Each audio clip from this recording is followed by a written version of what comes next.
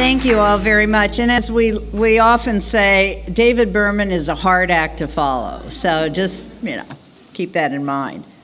So I'm here today to talk with you about empathy. And of course, again, as I said the other day, I can't be in Ireland without evoking William Butler Yeats. But if you take just a couple of seconds to read this quote, I think it really sets up quite nicely what I'm going to talk about.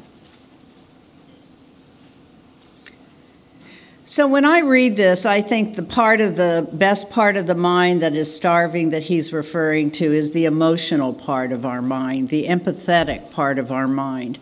So today I'm going to focus on three questions. How do people read? So I'm going to talk a little bit about what actually occurs as people try to read the information that we give them. What is empathy? How are we going to define empathy in a context in which someone is reading what you have written, or the context in which you're writing something that will be read. And then I'm going to talk about how can we provide that empathy in our written materials. So how did I get interested in this topic? So some of you have heard me talk on this before, but many years ago I was hired by a large investment firm in the United States to help them do some research on a letter. This is a letter that goes to all close coming retirees. So at the age of 70 and a half, by law, they have to take a certain amount of money out of their retirement fund. It's an Internal Revenue Service requirement. The purpose of the letter was simply to get people to respond, give them a call so they could talk about the various options for taking this money. So the first week the original letter went out, they got 10,000 phone calls from people who didn't understand what they were supposed to do, and frankly were very upset because the opening sentence mentions the IRS. And the minute you mention the IRS, no matter what you're saying, everyone freaks out. So the company, because they're very concerned about communication, wanted to do some testing. So we did some testing on the letters. We videotaped. We provided through the looking glass where they could watch the people who were reading this letter. The thing that they were shocked by was not that people were confused. They were shocked by the extent of the emotional reactions people were having to reading these letters. The subjects were professors. Therefore, highly intelligent, PhDs, obviously, those who had gotten on in years because they had to be close enough to the age where the letter would have had some impact. One of the people from the company turned to me and said, we had never, ever thought about the emotional response to the information that we send to our customers, or participants, they call them. And yet that emotional response was significant. We had one professor who spent the entire 10 minutes wiping his brow and even came up after the test was over to apologize for how poorly he did on this test. So to them, it was a revelation to see the kind of emotional response that people were having. So the emotional response that these interviewees had was exactly the emotional response every single one of us have when we try to read information we don't understand. We feel that our time is being wasted, we're confused, we're frustrated, we're not getting a solution. I think the person on the left there screaming must have been the person on the telephone with their cable company trying to figure out their cable bill. But in all of these situations, your response as theirs is an emotional one. The emotional response that all of us try to engender in our clients or in our customers or in the people that we write for is so that they can find easily and quickly what they need. That's obvious. They can understand what they find. That's obvious. Maybe they can learn something new and helpful. That's obvious. But also, we want them to feel good about the interaction they've had with the text or the website. So how do we achieve that? So the first question, how do people read? So we know the answer to that. People don't read much. I'm going to explain a little bit the difference between what people read and what they don't. But a lot of studies show that people want instant gratification. So if they don't find the answer to their question or they don't find what they're looking for almost immediately, they will spend less than 5 seconds on a website. They will read less than 20% of the information they find, and they will remember only 10% of it. And that's why many people, and myself included, have to constantly go back to a website to be reminded of the information. We all know that people skim pages, they look for highlighted keywords, they look for meaningful headings, they look for scannable lists, short paragraphs, etc. However, there are situations in which people actually must read the information. For instance, a few years ago, there was a big lawsuit over car seat instructions because a few children had died in car accidents because the instructions were so confusing that people were unable to put the car seat in a manner that would protect their children. So serious consequences. But people do read retirement information. They do read about their health benefits. If they're involved in any kind of instructional or process activity, they have to read that information. So what is one of the problems we're facing even when the information is vital to someone's life? So people spend... I'll pull a David Berman. How much time do you think people spend in general with our attention span? How long do we focus or place our attention on pretty much anything these days? 8 seconds. Okay. All right, so I don't have a book to give away yet, but the 8-second person, so 8.25 seconds. So, I mean, you think about it, even when you're walking through the crowd and you're saying hello to people, you're lucky sometimes if you get 8 seconds of real attention from someone, right? It's sort of, hi, how you doing? Well, very interestingly enough, how much time do you think a goldfish spends focused or giving its attention to something? Somebody's been reading my notes. 9 seconds. So we have less of an attention span than a goldfish. So just, so we know where we are on the evolutionary scale. The average time the person takes watching one internet video, 2.7 seconds. That's how much time you've got to engage them. All right, so we know that we have this issue of attention. But when people come to a situation in which they actually do have to read, what is that reading process? So I'm going to put a slide up here, and I've decided that every presenter has the right to give you one slide that you won't be able to actually read. So this is mine. So this, it's ironic, of course, because it's a slide about reading, but, there you go. So when we come to the activity of reading, which actually is the topic I think we need to talk more about, how do people actually read? We know how we write, but how do people actually read? So people tend, we know this, to preview the text. So they look for information. They sometimes make a plan for how they're going to read it. Where are they going to start? Where are they, how long are they going to be engaged? They activate a variety of areas in their brain. They predict what information might be coming next. They even predict what letters. So you can often give people a few words, and they can pretty much tell you what the next word is going to be because we have a predictive ability when we read information. We're constantly solving the definitions of things. We're summarizing, we're questioning, and then after reading the text, we reflect, maybe we remember, maybe not. But reading as an activity is extremely complex and extremely difficult. And interestingly enough, when we look at a picture of the brain, we will see that over in the temporal lobe, you can see down there on the right-hand side, that emotions and language come from the same part of the brain. So in our ability to use language, to create language, to read language, we are constantly engaging our emotions. And research will show that we make decisions with our emotions and we use data to justify that decision.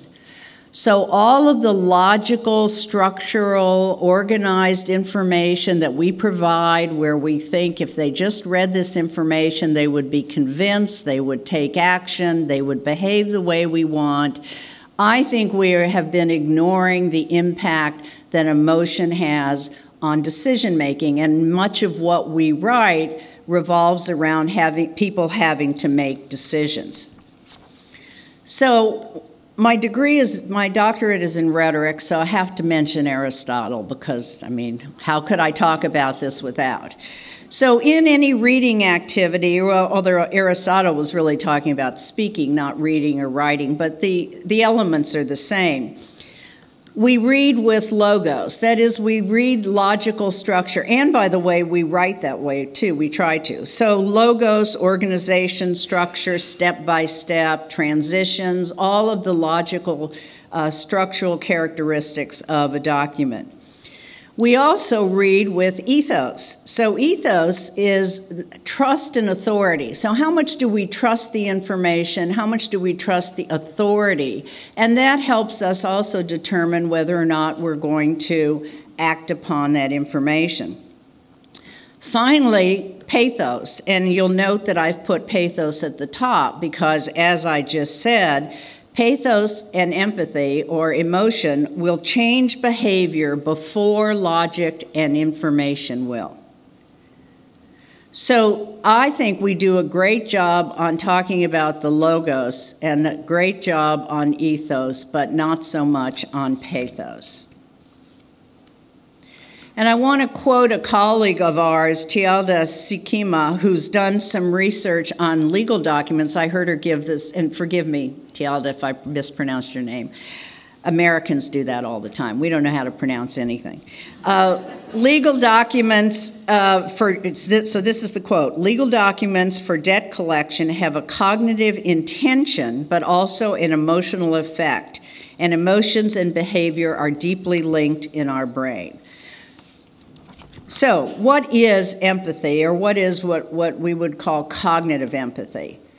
So the largely conscious drive to accurately recognize and understand another's emotional state. So as we constantly evoke our mantra of know your audience, I think we ought to feel our audience as well, feel for our audience. Understand that they don't know what we know, and understand that the information that we provide for them often causes frustration. One of the things I hear people say all the time is, well, if you read this document, it'll be simple, and we all know nothing is simple until after you know how to do it. So kind of quickly, the marketing field has got this down. So in marketing, these are the top 10 emotional triggers for marketing, and then I'll talk about those emotional triggers for us. So fear, of course, insurance companies, when they market, they say don't get caught without insurance. So they rely on fear. They rely on guilt. You need to purchase this product because if you don't, your children, or you need to send your children to this school, and if you don't, they'll never get into Harvard. Or Oxford here, I suppose. Trust, that's an emotional trigger. Every company seems to be jumping on this bandwagon. Financial institutions, for instance, like to say there are no hidden fees. Anytime you read that, beware. Value, give us a sense of belonging. So we have the same product or the same services that we rely on to give us a sense of being part of a group. Competition. I want to be better than someone else, so I have to have the latest iPhone S, 6S, whatever it is. Instant gratification. Leadership. So messages that make us feel that we're in control or we're feeling powerful. Phrases such as be the first on your block effectively convey this sense of leadership. You're ahead of the pack. Trend setting, so being cool, anything that tells you that you're going to be cool is appealing to that sense of you're wanting to be a trendsetter. And then time. So when they say if you buy our vacuum cleaner, you'll cut the amount of time you have to clean your dirty rugs. Of course, it depends on whose house they're in, but nevertheless. So marketing is way ahead of us in not only understanding, but in invoking and evoking the emotions of people. So what are the emotions that we don't want to invoke? I know we don't write marketing materials, but nevertheless, we don't want to create fear. So in that letter that I mentioned at the very beginning, where the first thing they talked about was the IRS, that trigger immediately triggered fear in the reader. Obviously, we don't want to invoke anger. In the United States, the student financial aid package that students fill out in order to get government money to go to college has 100 questions and 80 pages of instruction. I had to fill it out with my daughter, and I can tell you I would rather do my taxes. I was so angry because thousands of kids don't get financial aid because of the difficulty of the form. Also, we don't want cognitive overload. We don't want to give people too much information because that will cause confusion. We don't want to ask people to do what they can't do or they don't understand how to do because it's frustrating. So what are the emotions we want to invoke? Obviously, trust. So therefore, one of the elements I always talk about in terms of plain language is not only clarity and conciseness, but credibility. That is, we use plain language to tell the truth. Confidence. Confidence that if I send in this form, you're going to respond to me. Relief. Relief that, I don't know, the last time I received something I could actually understand, I was like, oh my God, this is easy. I mean, who knew? Protection. We want to feel that whoever has written this information to us has got our back. In other words, they will anticipate what we need to know that we don't know to ask. And finally, that wonderful feeling that, oh yeah, I've got it. That is, I understand it. So let me just give you, I'm going to skip a little bit, let me just give you a few examples of how empathy can be shown. Now this is Wild Apricot. I have no connection with this company. But Wild Apricot is used to organize membership within organizations. And notice a few things that they've done here. So the writer says, I have firsthand experience. So immediately the writer is putting him or herself in your shoes, in your position. Talking about how we know that many dedicated, passionate people like you work for nonprofits. We know you're overpaid. I should be so lucky. That was Freud. That was my subconscious. Overworked and underpaid, burnt out, etc. Being in your shoes isn't easy. So as someone reads this, they, as the reader, get a sense that the writer is right there with them. So my time is almost gone. So I'm going to skip ahead. Google privacy policy, which actually just won an award was recognized by the Center for Plain Language as being the best privacy statement from a variety that we had looked at. So logos to pathos, really if you move from Latinate to Anglo-Saxon words, you immediately are making information, obviously we know that, easier, but you're also mitigating negative emotions at the same time. So I had a couple of examples of what is not empathy. I don't actually have a chance at this point to go into that, but I will just say quickly that Julie Clement, who is here, received a letter from Microsoft in which she had expressed concern and frustration about a situation, and the entire letter completely missed the point. It's perfectly understandable you're very upset. I know it's never easy to ask for help, but end up getting redirected. I know my apologies won't do any good. What can I do? What I can do is escalate your experience, blah, blah, blah, none of which had anything to do with Julie's experience. And then it was signed Mensch. So if you know Yiddish, Mensch means a stand-up kind of person, right? So not only did the letter not show empathy, it in fact made Julie very upset. So how can we write with empathy? We can understand the emotional investments that our readers are giving to us. Obviously, expertise is something that our readers often don't have. Give people what they need to know, not what you want to tell them, so that you don't overwhelm them with information. Show understanding, so as you write, confirm points along the way in which you feel that people need an emotional, kind of an emotional push or an emotional pat on the back, and enhance a positive emotional responses to reading in general. Thank you.